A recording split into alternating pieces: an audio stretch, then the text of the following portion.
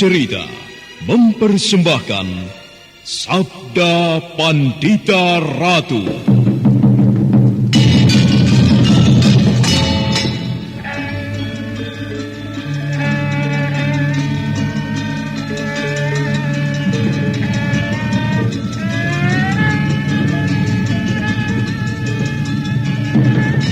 Kureguk anggur Mahadewa, kucicipi madu sabdanya.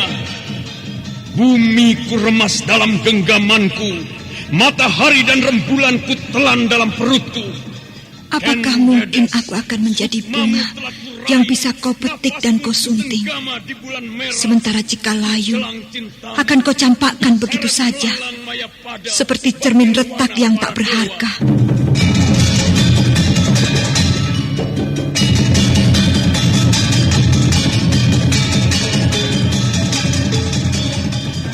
Sabda Pandita Ratu, sebuah kisah penuh dilema, tragedi cinta anak manusia, perebutan tahta, mabuk harta dan duniawi, serta silaunya kehormatan, di mana keangkara murkaan merajalela karena dendam yang membara. Kisah ini berlatar belakang berdirinya Singasari. Ken Arok, dialah pemuda yang merekuk pahit getirnya kehidupan. Namun sebenarnya, dialah yang harus melaksanakan sabda-sabdanya. Perjalanan sengsaranya adalah awal untuk meraih keberhasilan, untuk menuju kejayaannya di saat Singasari berdiri. Keputusan apakah yang harus kuambil dengan keinginan aku, Tunggul Ametu? Aku sangat mencintaimu, Kakang, karena kaulah orang yang pertama memercikkan api asmara. Kendedes, aku pun sangat mencintaimu. Bahkan sempat kukatakan dalam hatiku, kaulah wanita terakhir yang harus menjadi istriku untuk selama-lamanya. Tetapi apa yang kurasakan setelah aku begitu dekat denganmu? Aku seolah-olah dihalangi oleh sebuah tirai yang mengerikan. Jadi bagaimana mungkin aku bisa memilikimu sepenuhnya? Kenapa kita harus mengalami hal ini, Kakang?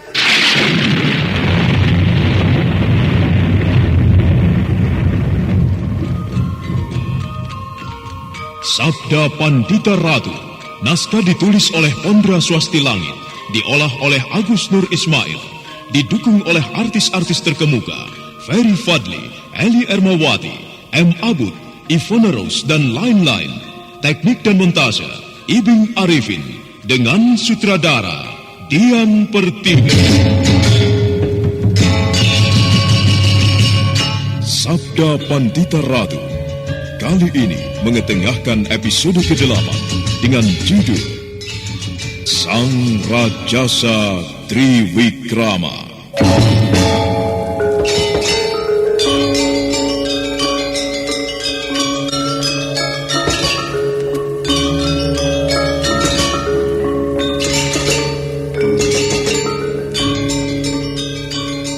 Dalam seri ke-219 ini, dengan para pemain Ferry Fadli sebagai Kamaswara, Atok sebagai Panci Parasu, Suryadin sebagai Sindupati, Anis Yuliatri sebagai Seruni, dan pengantar cerita Asti Suhastra.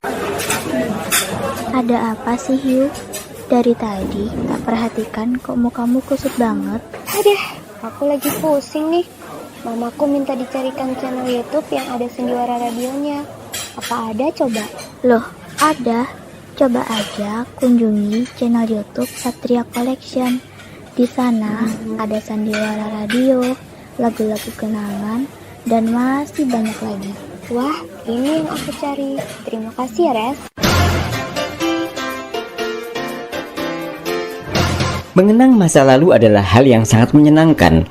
Ya, lagu-lagu kenangan, dangdut, pop, ataupun sandiwara radio yang kini sudah tidak bisa kita dengarkan lagi.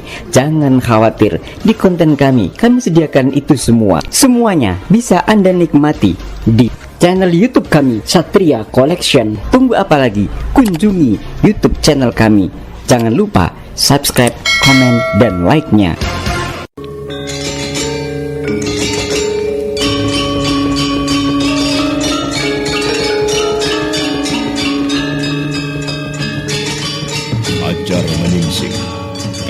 Pradata dan Panji Parasu memasuki ujung Teluk Pangpang bagian selatan.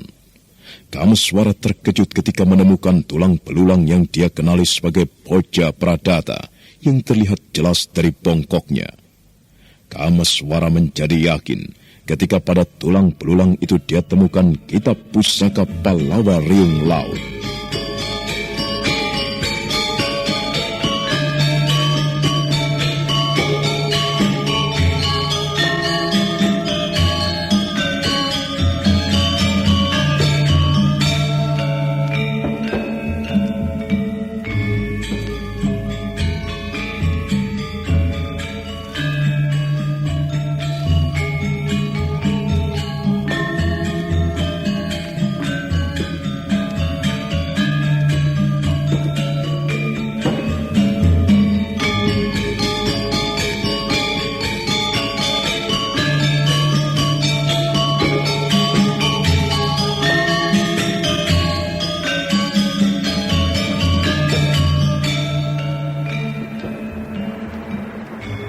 Aku yakin orang itu Boja Pradata.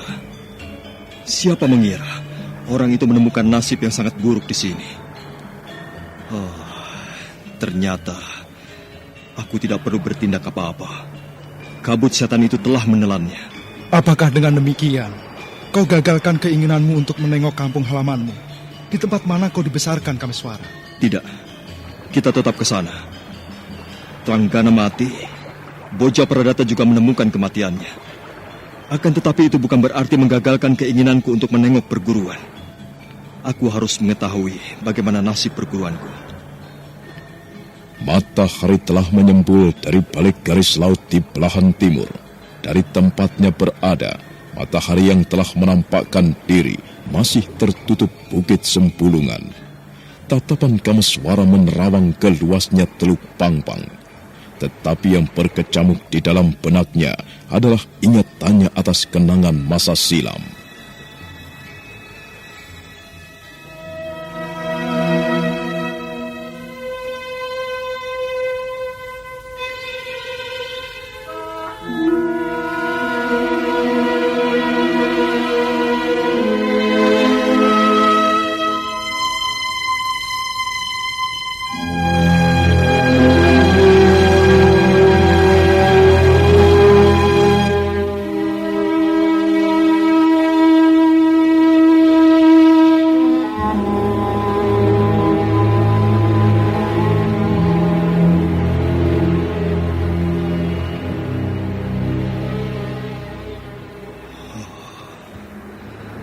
Betapa banyak sekali peristiwa besar yang telah terjadi dalam beberapa bulan ini.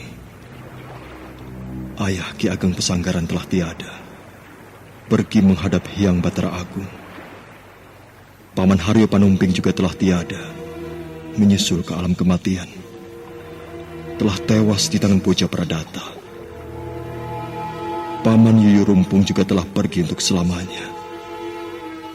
Paman Paraji Gading yang selama ini sangat baik kepadaku.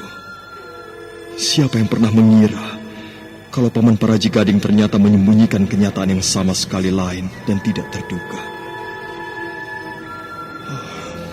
Berbagai peristiwa aku alami ketika menempuh perjalanan di Kediri.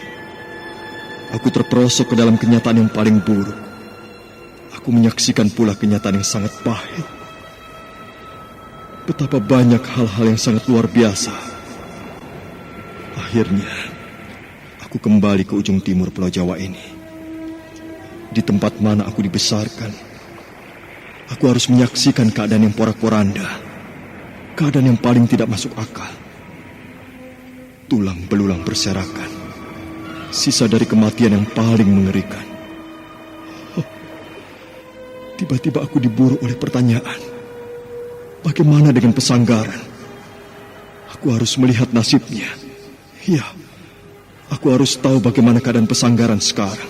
Kameswara, apa yang kau pikirkan? Kau Kau nampak tengah memikirkan sesuatu. Aku hanya merasa cemas. Jangan-jangan perguruanku, tempat di mana aku dibesarkan, keadaannya tidak ubahnya perkampungan Hamuncar yang bubrah itu, Panji Parasu. Aku seperti tidak tahan lagi. Ayo kita berangkat. Ayo.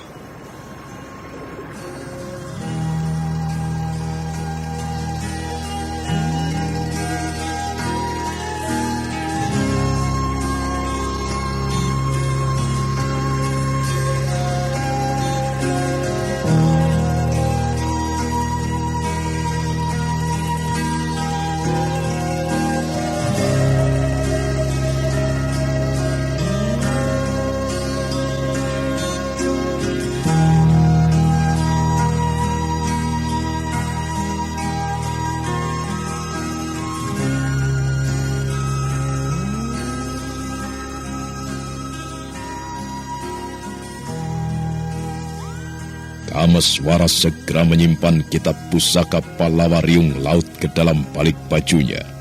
Kemudian dia bergegas berjalan menyusuri sebuah sungai yang bermuara di Teluk Pangpang. Sementara itu, matahari terus bergerak naik, memanjat semakin tinggi, merangsang kabut setan untuk keluar. Tetapi Empu Gandring, Biku Dewa Hastu, ataupun Anjampiani Kayu Wangi yang berada di sisi timur Bukit Sempulungan tidak merasa terlampau cemas. Karena demikian kabut itu muncul, mereka langsung bisa menceburkan diri ke dalam ombak yang bergulung susul-menyusul tiada habis-habisnya. Hari itu juga merupakan sebuah pengalaman pertama yang mendebarkan bagi Sindupati dan Seruni.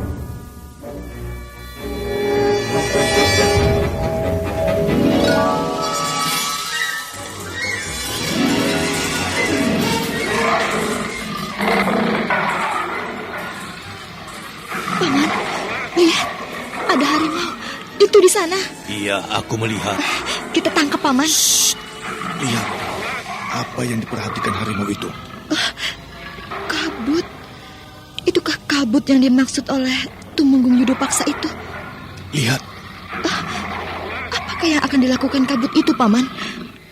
Apakah akan terjadi pergumulan? Nampaknya... Mungkinkah harimau itu akan bisa memenangkan pertarungan itu, Paman? Lihat, kabut itu mulai bergerak.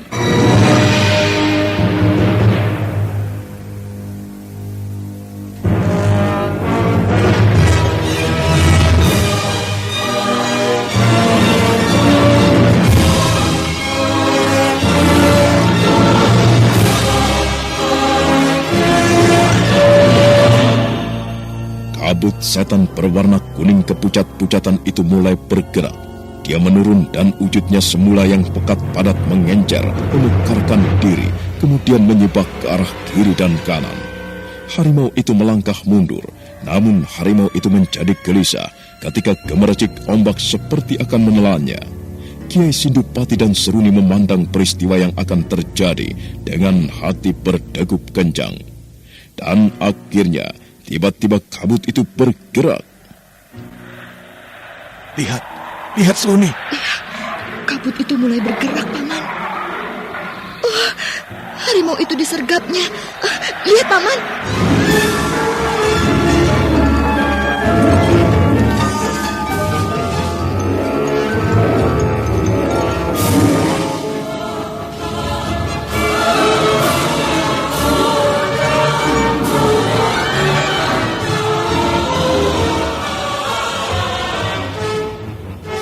Kaki Seruni tiba-tiba menggigil dan seperti sangat berat menyangga tubuhnya. Sedangkan Kiai Sindupati memandangi peristiwa yang terjadi itu dengan mulut terenganga. Harimau itu berguling-guling di tanah. Namun apa yang dilakukannya tidak nampak jelas karena kabut setan itu menyelimuti segenap tubuhnya. Beberapa saat kemudian, harimau itu diam dan tidak bergerak. Dan manakala kabut itu sedikit naik, terlihatlah dengan jelas warna tulang belulangnya yang putih.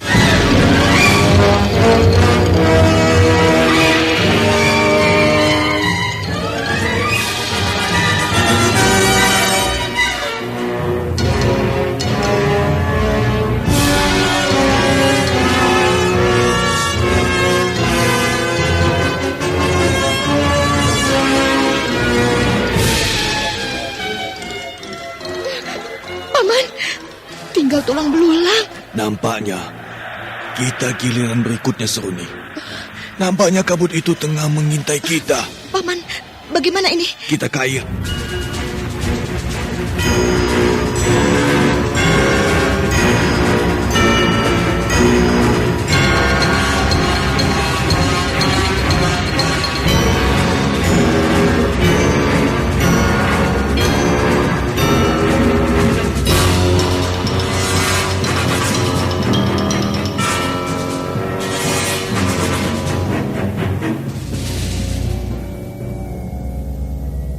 Seruni dan Kiai Sindupati segera berjalan mundur ke arah ombak beriak, sambil pandangan matanya tidak pernah lepas tertuju pada kabut setan yang aneh itu. Dan seperti dikatakan oleh Kiai Sindupati, kabut itu memang mengincarnya sebagai korban berikutnya. Perlahan kabut itu bergerak dan tidak hanyut oleh angin yang berhembus kencang ke arah barat daya.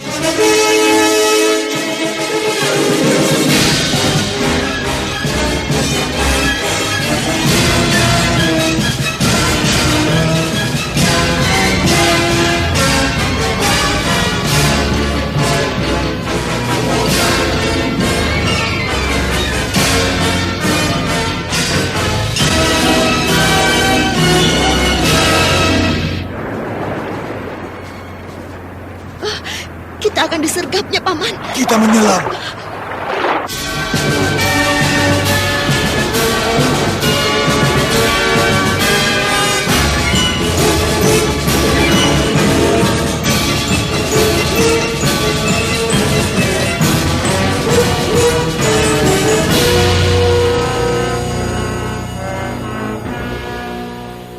Hanya berselisih sejengkal waktu.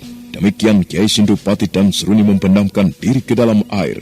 Kabut itu melintas dengan cepat sekali di atasnya. Kabut setan itu nampak kecewa sekali karena gagal menyergap lawannya. Kabut itu nampak melayang-layang beberapa saat lamanya. Seruni dan Kiai Sindupati menahan napas untuk beberapa saat lamanya. Dan ketika sudah tidak tertahankan lagi, keduanya segera menyembulkan kepalanya sebatas leher.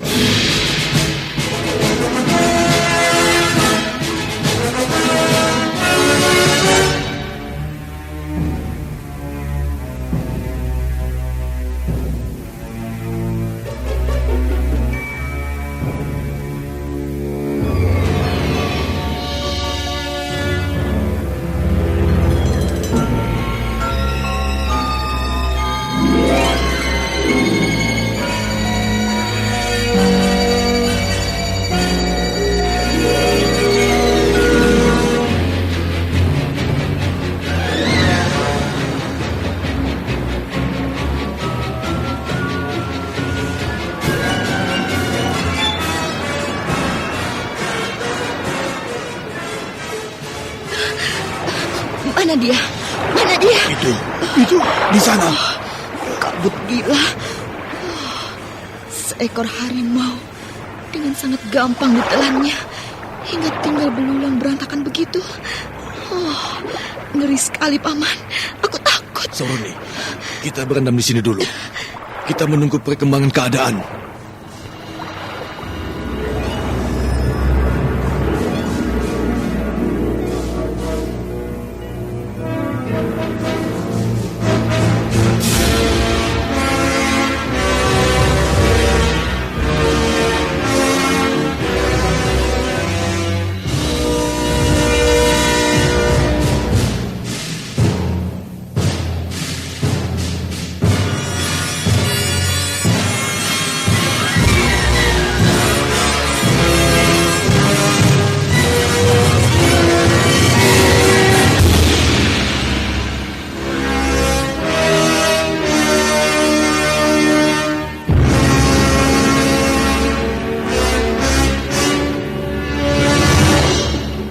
Maka demikianlah seharian waktu berlalu.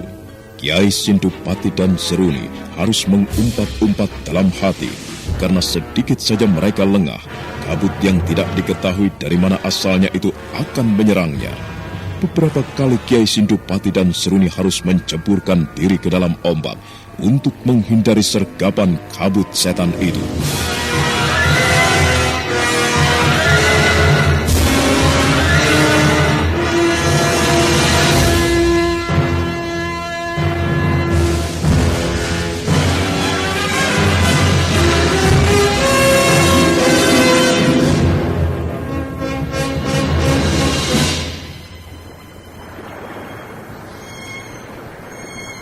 Setan alas.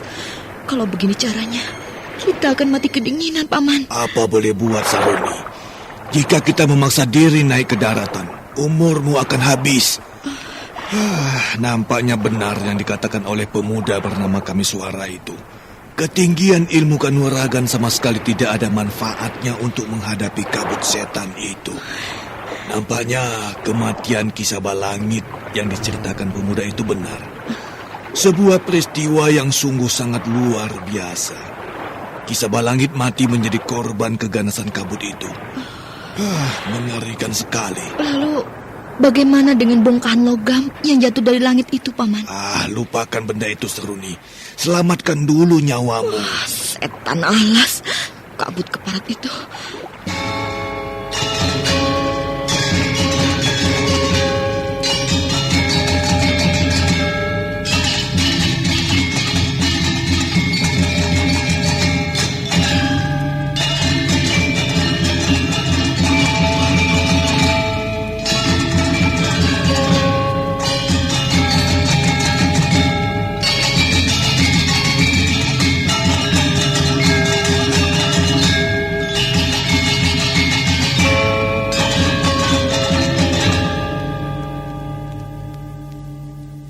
Waktu terus beranjak. Matahari bukan saja memanjat naik, namun juga turun ketika titik ketinggiannya terlampaui. Bukit Sempulungan tetap pada wujudnya. Gemericik ombak di sepanjang tepian Teluk Pangpang terus mengalun tiada henti-hentinya. Sebagian gemuruh ombak yang lebih besar menghantam karang sisi timur semenanjung Sempulungan. Tiada bosan-bosannya. Apa yang dialami oleh Kiai Sindupati dan Seruni, hal yang dialami pula oleh Empu Gandring, Biku Dewa Hastu, dan Anjam Piani Kayuwangi yang berada di sebelah timur semenanjung. Namun Empu Gandring dan Biku Dewa Hastu serta Anjam Piani Kayuwangi yang lebih mengetahui perilaku kabut setan itu mampu menghadapinya dengan tenang. Sementara itu, ketika matahari mulai tergelincir ke arah petang, Kameswara telah memasuki gerbang perguruannya.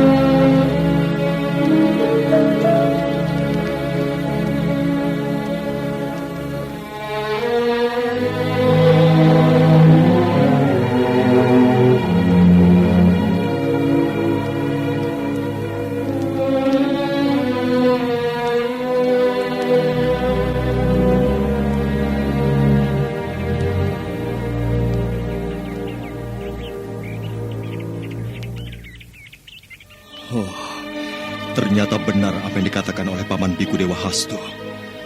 Perguruan telah berubah menjadi sebuah kuburan. Sepi sekali. Inikah perguruanmu? Iya. Disinilah aku dibesarkan. Ayo kita lihat. Hati Kameswara bagaikan tertusuk duri, teriris, tersayat-sayat sempilu menyaksikan beberapa bangunan porak-poranda. Lebih tertekan lagi jiwanya menyaksikan pendopo sedemikian kotor tak terawat. Dada pemuda itu berdesir melihat halaman samping, di tempat mana dia digembleng oleh ayahnya yang ternyata bukan ayah kandungnya, Ki Ageng Pesanggaran. Rasa haru itu tiba-tiba membuncah, menggelegak dan menyesakkan dadanya. Beberapa bangunan rusak porak-poranda. Nampaknya itu perbuatan bocah Pradata. Tetapi untunglah, kabut setan itu belum sempat menjamah tempat ini. Kemana kira-kira mereka sekarang berada? Tentu semuanya mengungsi ke arah barat. Beberapa saat lamanya Kameswara mondar-mandir ke segenap ruangan dari bangunan-bangunan yang telah ditinggalkan oleh segenap penghuninya. Mata Kameswara membasah dan memerah, manakala kenangan atas masa-masa sebelum dia meninggalkan perguruan itu teringat kembali. Betapa banyak kenangan yang aku lakukan di tempat ini. Aku merasa bersalah karena meninggalkannya. Ayah Ki Ageng Pesanggaran telah tiada. Paman Panumping, Paman Nyi Rumpung juga telah tiada. Entah siapa lagi yang lain telah tewas. Ya, aku telah melakukan kesalahan karena meninggalkan tempat ini. Kameswara semakin merasakan kesedihan yang sangat menyesakkan dadanya.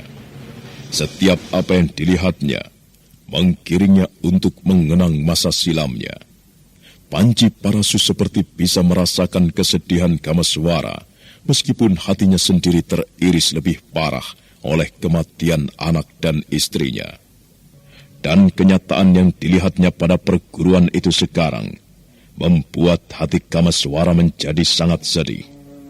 Mata pemuda itu memerah dan dia berusaha mati-matian untuk meredakan galau di dalam hatinya.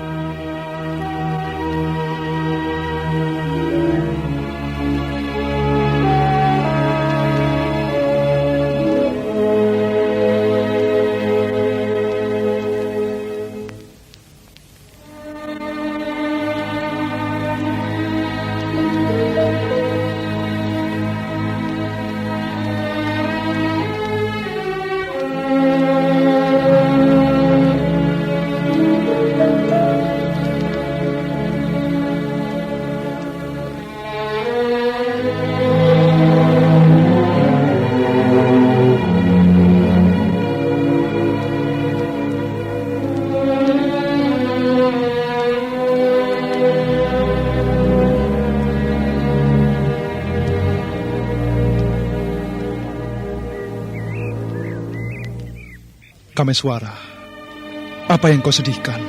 Aku teringat banyak hal. Aku teringat ayahku atau guruku, Ki Ageng Pesanggaran yang telah tidak ada lagi. Rasanya baru beberapa hari yang lalu, Ki Ageng masih hidup. Aku teringat pula kepada seorang paman guruku yang sangat baik hatinya, Paman Haryo Panumping, juga Paman Nyi Rumpung. Mereka semua telah tiada. Seperti mimpi. Sulit dipercaya bahwa mereka semuanya sudah pergi untuk selamanya. Aku bisa merasakan kesedihan yang kau rasakan ini. Sangat aku rasakan pula ketika anak dan istriku telah tidak ada. Kau masih harus mengucap syukur. Nampaknya perguruanmu tidak mengalami bencana yang diakibatkan oleh kabut setan itu. Iya, akan tetapi mereka semua harus mengungsi. Itu yang membuatku sedih. Lalu apa yang akan kau lakukan? Aku akan menyusul mereka.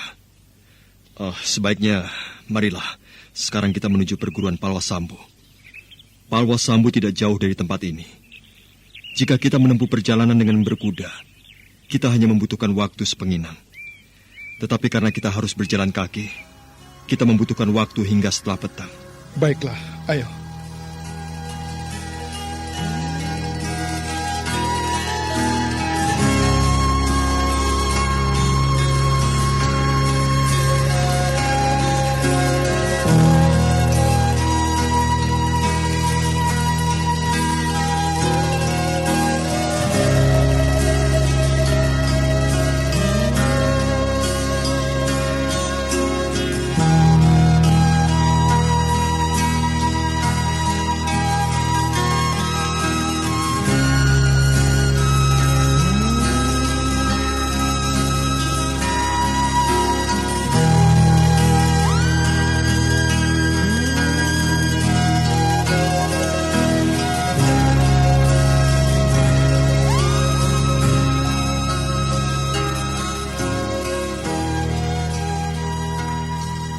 Dengan membulatkan hati dan perasaannya, Kameswara melangkah menuju ke regol perguruan.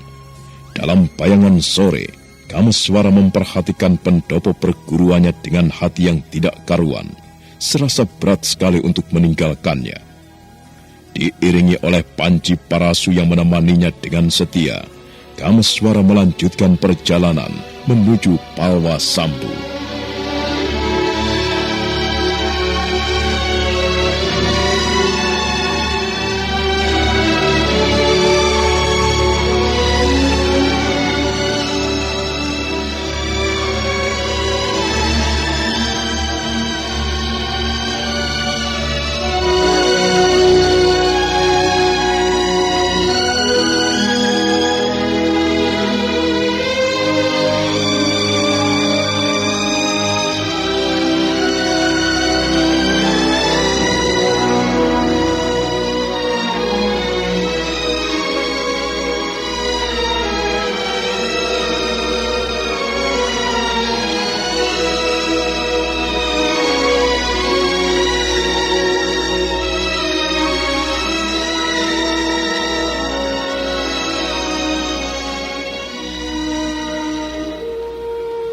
Ketika petang telah cukup lama terlampaui, akhirnya Kameswara mulai memasuki gerbang Palwasambu.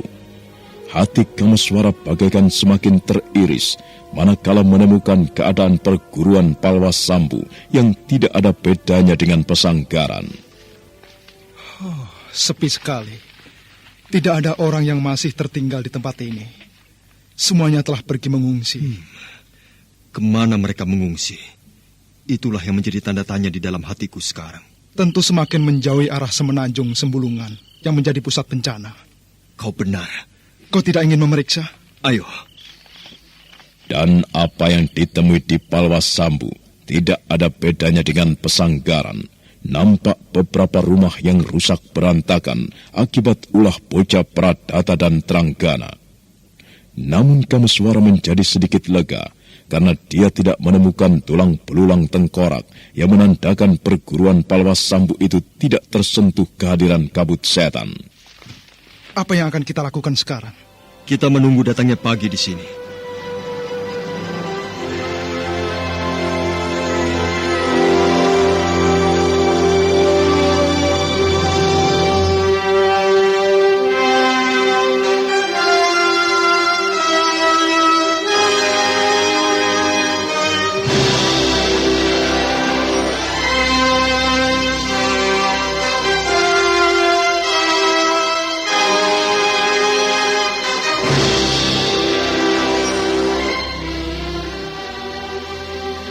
Waktu terus bergerak, setapak demi setapak, malam bergerak ke pusatnya, di langit bintang-bintang bertaburan.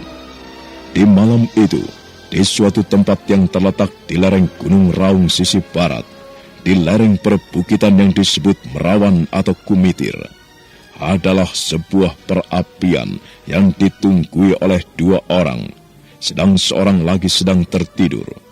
Mereka adalah Mahesa Branjangan, Ken Siwi Nareswari, dan Rahastri Kandi yang menempuh perjalanan pulang dari Kediri menuju Palwasambu.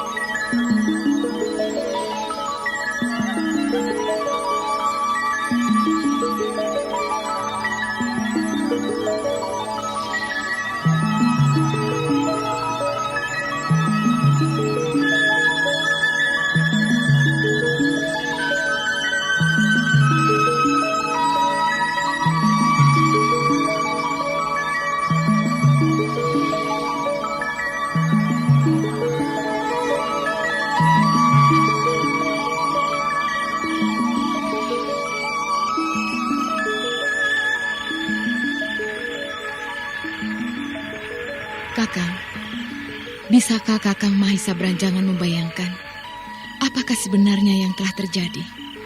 Semua orang yang kita jumpai hanya bercerita tentang bencana. Bencana, tapi apakah wujud dari bencana itu, Kang? Ya, entahlah Ken Siwi. Aku tidak tahu. Aku mencoba membayangkan, tetapi aku tidak berhasil. Apakah Boja Pradata dan Tranggana itu yang melakukannya? Ya, mungkin. Mungkin Ki Boja Pradata dan Tranggana yang membuat huru-hara sebagai pelampiasan dendamnya. Ketika ia merasa merebut kembali perguruan yang pernah terlepas dari tangannya, ia merasa harus mengubar amarah. Akan tetapi sejauh manakah perbuatannya hingga membuat orang menjadi sedemikian ketakutan? Kita tunggu saja kehadiran Paman Kuda Semekar yang sedang mencari berita. Tengah malam ini, sebagaimana dijanjikan, Paman Kuda Semekar akan bersatu kembali dengan kita.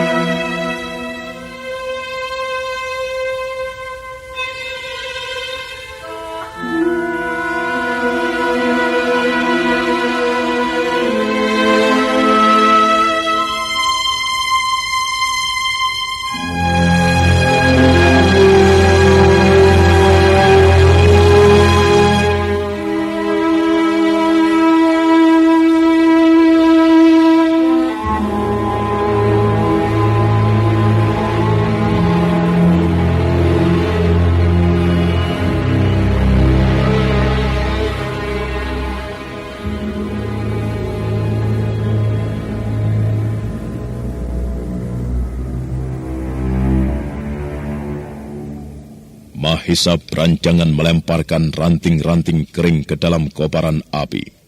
Api yang surut itu kemudian menyala lagi. Pandangan Ken Siwi Naraswari tertuju pada lidah api yang menjilat-jilat. Sedangkan Mahesa berancangan menghela napas panjang ketika melirik kepada anak gadisnya yang tergolek tidur keletihan. Ada rasa iba menyusup dalam hatinya manakala mengingat nasib buruk dan mengerikan yang dialami oleh Rahastri Kandi. Sebagai seorang ayah, terlampau sulit bagi Mahesa berancangan untuk menerima dengan ikhlas nasib buruk anaknya. Mahesa berancangan mendongakkan kepala ketika dari kejauhan terdengar suara kuda berderap. Nampaknya paman kuda Sumekar.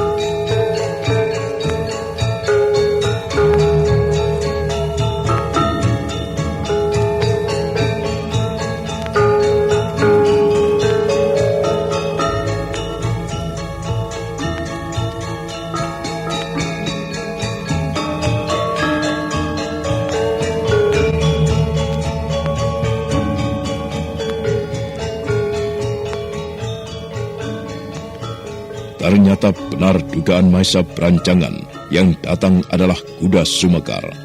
Serentak Mahesa berancangan dan Ken Siwi Naraswari berdiri menyongsong dan Rahastri Kandi terbangun karenanya.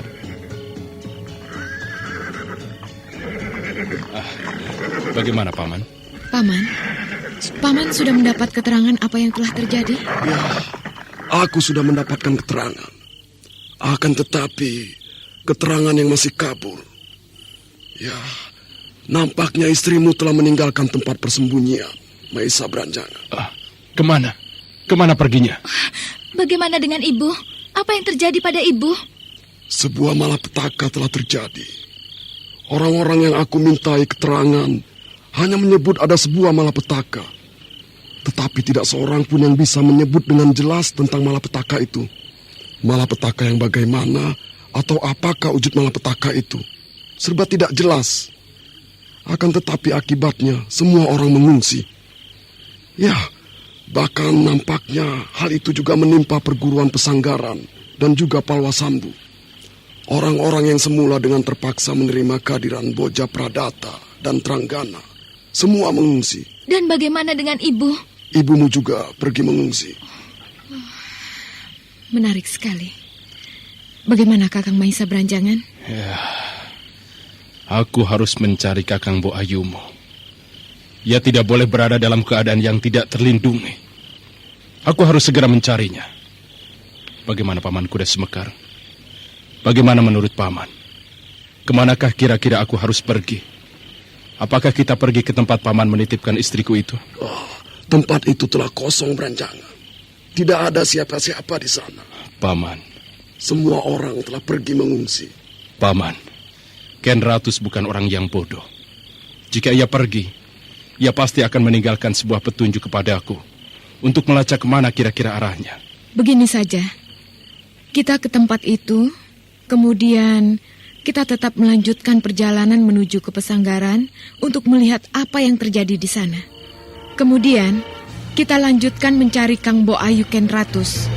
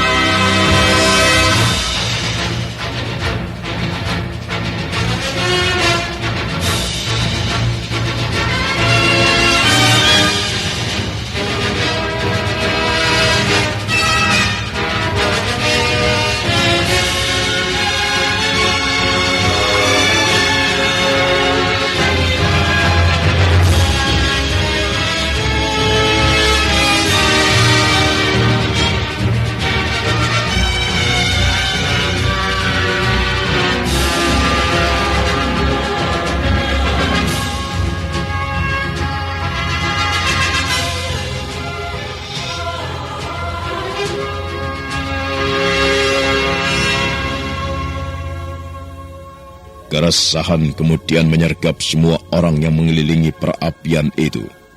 Maisa berancangan menjadi gelisah memikirkan istrinya yang sekarang entah berada di mana. Sedang orang-orang yang berasal dari ujung timur Pulau Jawa banyak yang mengungsi, menumbuhkan pertanyaan tentang apa yang telah terjadi. Bahkan bukan sekedar menumbuhkan pertanyaan, akan tetapi juga melahirkan kegelisahan. Secepat waktu berlalu, maka pagi pun datang.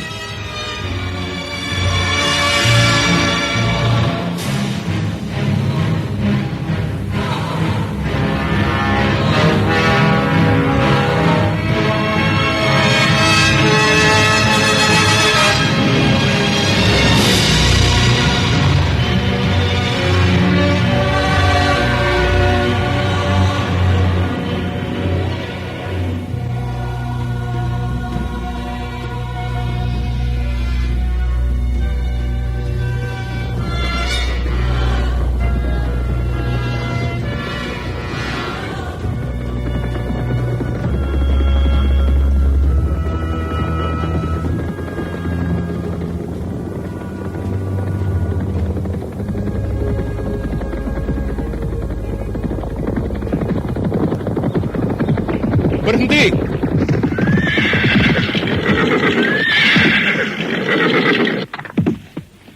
Kita bisa mencari keterangan. Tapi kenapa kita harus berhenti? Kau lihat, di sana ada sekelompok orang berjalan. Oh, iya. Mari kita ke sana. Kita mencari keterangan pada mereka. Hiya, hiya.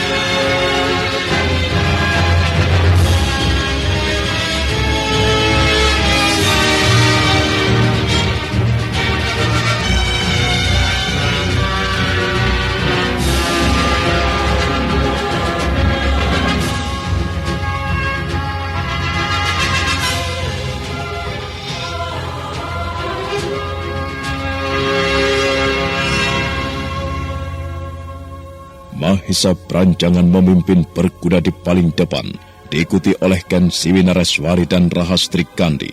Sedangkan di paling belakang adalah kuda Sumekar. Semakin dekat Mahisa berancangan dengan rombongan berjalan kaki yang ternyata terdiri dari 4 orang. Mahisa berancangan terkejut ketika semakin dekat dia melihat 2 orang di antara mereka terluka dengan pakaian bersimbah darah. Demikian kuda Mahisa berancangan datang mendekat. Rombongan itu menatap dengan pandangan curiga dan tidak senang. Ada apa sih, Hiu? Dari tadi tak perhatikan kok mukamu kusut banget. Aduh, aku lagi pusing nih. Mamaku minta dicarikan channel YouTube yang ada sendiwara radionya. Apa ada coba? Loh, ada. Coba aja kunjungi channel YouTube Satria Collection. Di sana ada sandiwara radio, lagu-lagu kenangan, dan masih banyak lagi. Wah, ini yang aku cari. Terima kasih ya, Res. Mengenang masa lalu adalah hal yang sangat menyenangkan. Ya, lagu-lagu kenangan, dangdut, pop, ataupun sandiwara radio yang kini sudah tidak bisa kita dengarkan lagi. Jangan khawatir, di konten kami sediakan itu semua. Semuanya bisa Anda nikmati di channel YouTube kami, Satria Collection. Tunggu apa lagi? Kunjungi YouTube channel kami. Jangan lupa subscribe, komen, dan like-nya.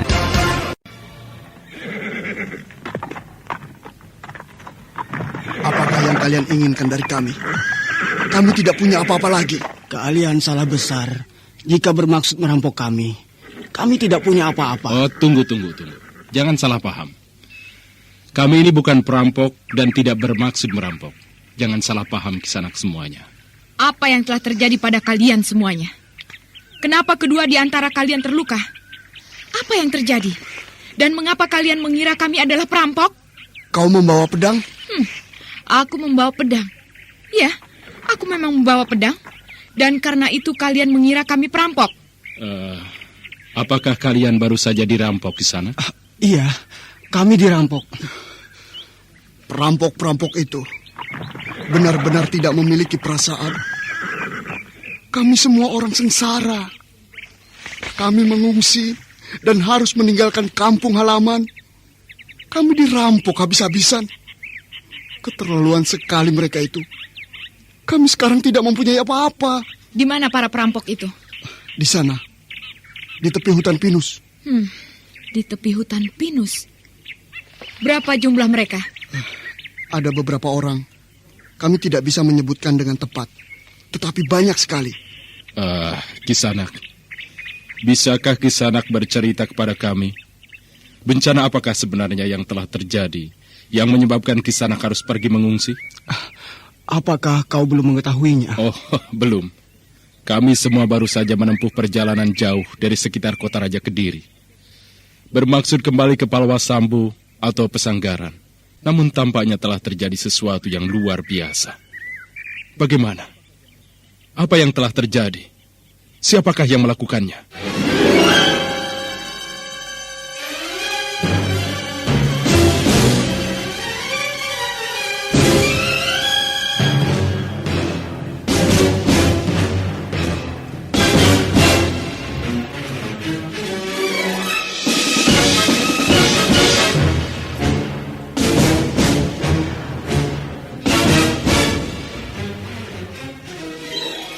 Para pengungsi yang menjadi korban perampokan itu nampak terkejut ketika Mahesa Branjangan menyebut dirinya berasal dari Palwasambu.